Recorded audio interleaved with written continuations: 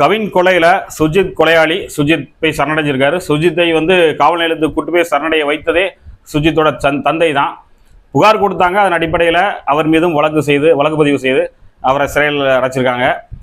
இனிமேல் தான் இப்போ சிபிசிஐடிட்ட வழக்கை ஒப்படைச்சிருக்காங்க. இனிமேல் தான் அவங்க விசாரித்து இந்த கொலையில் சுஜித்துடைய தாய்க்கும் தந்தைக்கும் தொடர்பு இருக்கா அப்படிங்கிறத சொல்லணும் அப்படின்னு சொல்லி சாட்டை சொல்லியிருக்காரு. இதே சாட்டை துரைமுருகன் அஜித்குமார் கொலை வழக்கு தொடர்பாக நிகிதாவை பச்சா ஒரு மேடையில் நின்று திட்டினாரு. பச்சா ஒரு வார்த்தையை சொல்லி திட்டினாரு. இந்த கொலையே நிகிதா பண்ணதுதான் அப்படின்னு. நிகிதா மீது வழக்கு பதிவு செய்வதற்கான பிரைமா ஃபேஸின்னு சொல்லுவோம், முகாந்திரம் இருந்திருந்தால் இப்போ வழக்கில் நிகிதா சேர்க்கப்பட்டிருப்பார்.